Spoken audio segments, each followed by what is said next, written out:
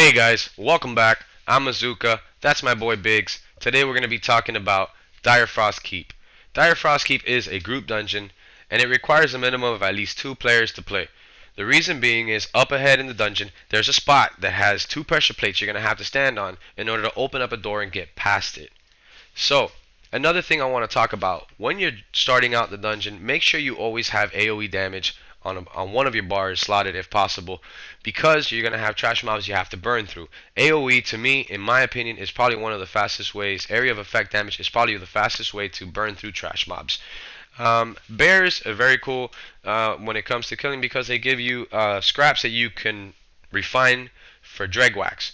Dreg wax is something you use to improve your armor to gold, which increases the stats of your character, giving you more damage and a bunch of other stuff. So here's the first boss. The first thing you're going to want to do with this troll is basically kite him around, lay down any AoE damage that you have also, and then swap over to single target damage while you kite him through your AoE.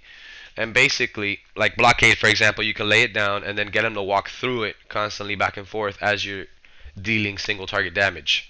And always remember to pick up any of the loot that the trash mobs or any of the bosses drop, because they can drop set pieces, they can drop armor that you're going to need or that you might be farming, they can drop different weapons that you might want to use that can improve your stats. I mean, there's a bunch of stuff. It's endless. Really, this game is really cool in that sense because it has a lot of stuff for you to learn and pick up and learn about. So more trash mobs. In this case, there's actually archers. If you see them, make sure you burn through the archers, because while you're fighting the other trash mobs, they always hit you from a distance, and archers have a tendency, well, to me, killing me quicker than any of the other ones did because I didn't pay attention to them. I always thought they weren't dealing damage, but you don't realize your HP going down when they're hitting you. So make sure you keep your eyes open for archers. Take them out too, because they can kill you quickly. Here, we burn through another trash mob, basically just picking up all the loot, making sure I don't miss any of it, and then we're going to continue moving on through the dungeon.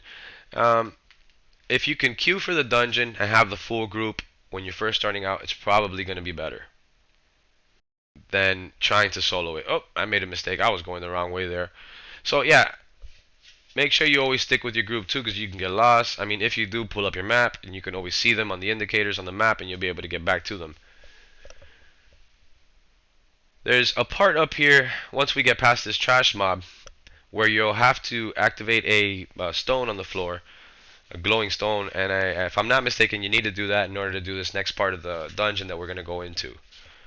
So this is a boss that you're going to fight, Guardian of the Flame, and he basically has an axe and tries to one-shot kill you.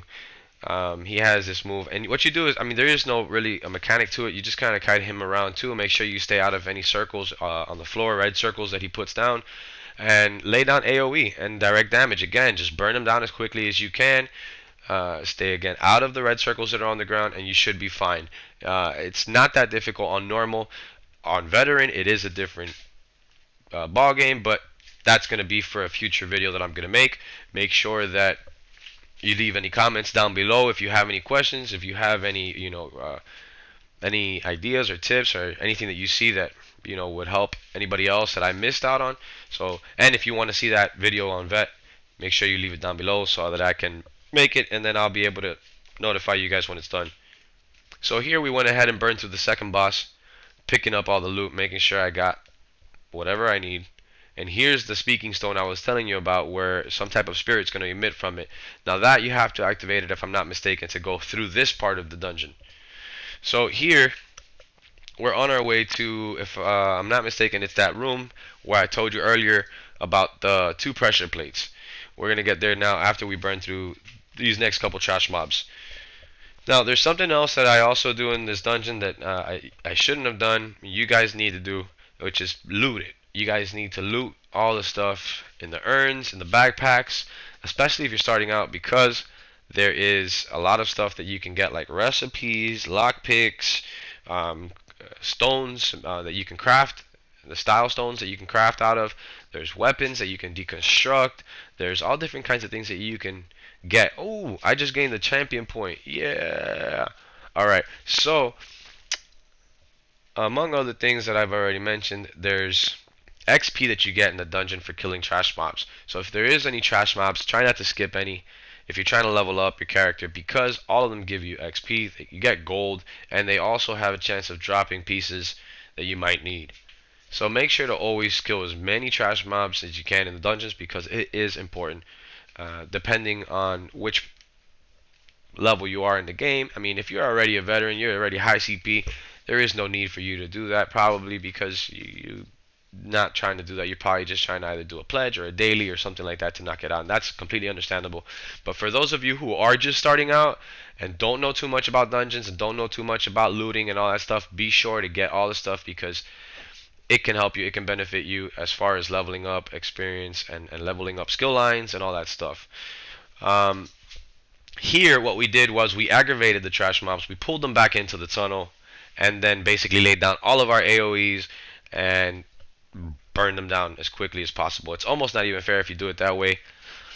They burn down pretty quick. So here are the two pressure plates. There's one that I'm standing on. I switch over. You see Anthony over there on the other one. And that's the only way that you can open up this door. So yeah, Biggs was on that pressure plate and I was on the other one, and that's the way you get it open.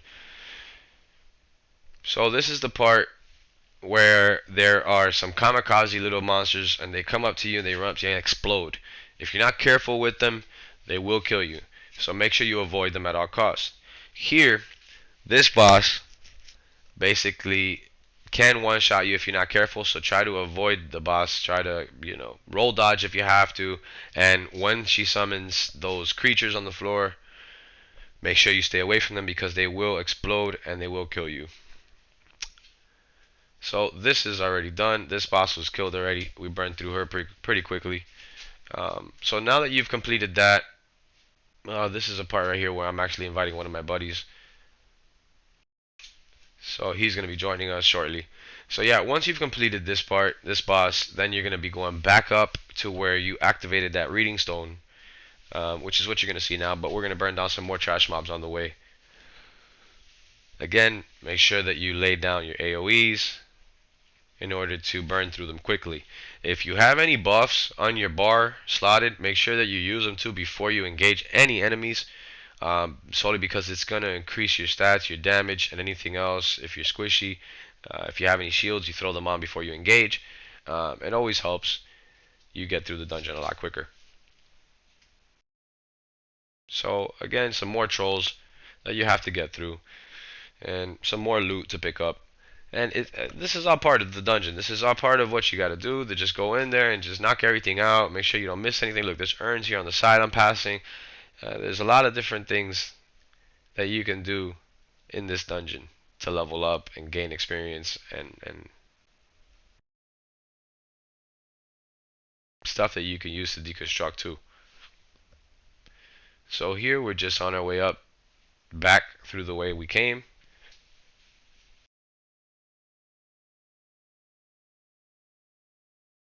And once we get back into this room where we activated the reading stone, hey, there's my buddy Praven right there.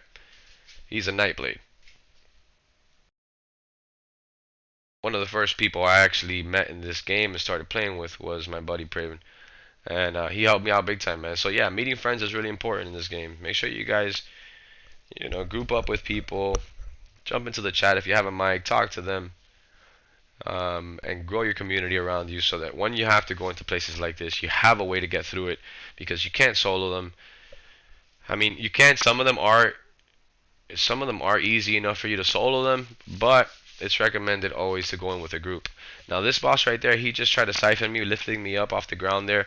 The way you break out of that is by using your stamina, R1 L1 or L2 R2. I'm not sure right now which one it is, but always make sure that you break free from that, because if you don't, he's going to siphon from you and heal through it. It's going to take you longer to burn him down, and it's just going to cause you to be in the dungeon a lot longer than you need to be. So now that we've completed that side boss, we're going to go ahead and take out these trash mobs, burn through them, and pick up anything they have to drop, and then we'll be moving on. I think there might be one more boss to do before the final boss, the Ice Heart boss. He's a big giant frost monster. So yeah, you basically want to just take out all the trash mobs on the way through to all of these bosses. Um, Again, laying down your AoE is probably going to be the best way to do it. Quickest way anyways. Don't forget to loot the place. Make sure there's no chest. Now, in dungeons, usually, from my experience, there's 2 chests in each one. So make sure that you get both chests if you could.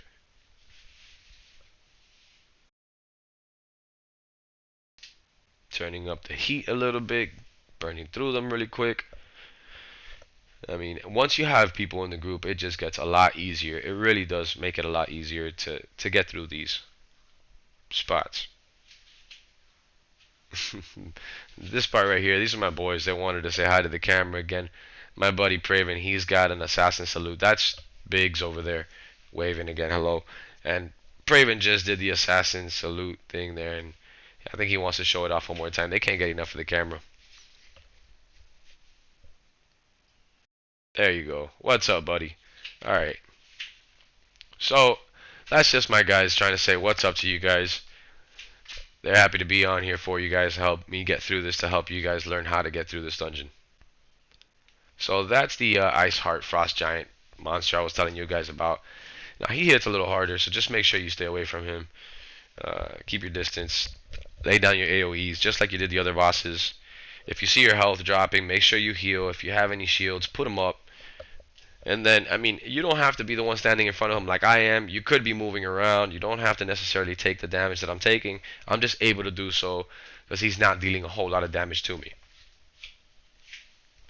Ice Furnace is actually one of the set pieces that you can farm in this dungeon. So if you do need to farm it, this is where you get it. Now we're moving on to another part of the dungeon. But before we get to the final boss, I believe we have some more trash mobs. Oh, I found a chest. This is where lockpicks comes in handy. This is why I tell you guys, make sure you loot all the stuff inside the dungeons and stuff, especially if you're just starting out, because you're going to need lockpicks. You're going to need lockpicks to be able to get these chests. These chests, when you open them in dungeons, they give you stuff also, just like the bosses, just like the trash mobs. They'll give you all kinds of goodies, recipes. Sometimes they'll drop set pieces in there, armor pieces. Some of them give you weapons sometimes. So yeah, it's really important to have all that stuff, and make sure you keep an eye out for the chests so you don't miss any through your journey in the dungeons. So there, right there is a good example of what you can get out of the chest. Some more trash mobs that my buddies had killed already.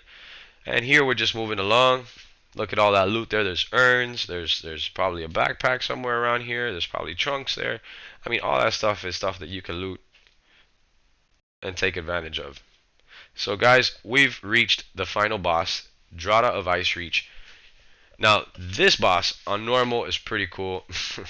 There go my boys again saying hi to you guys. But what I want to do is explain to you the mechanics of this. So the first thing you're going to want to do is obviously engage the boss. But once you engage the boss, you want to stay right around the platform that she's on.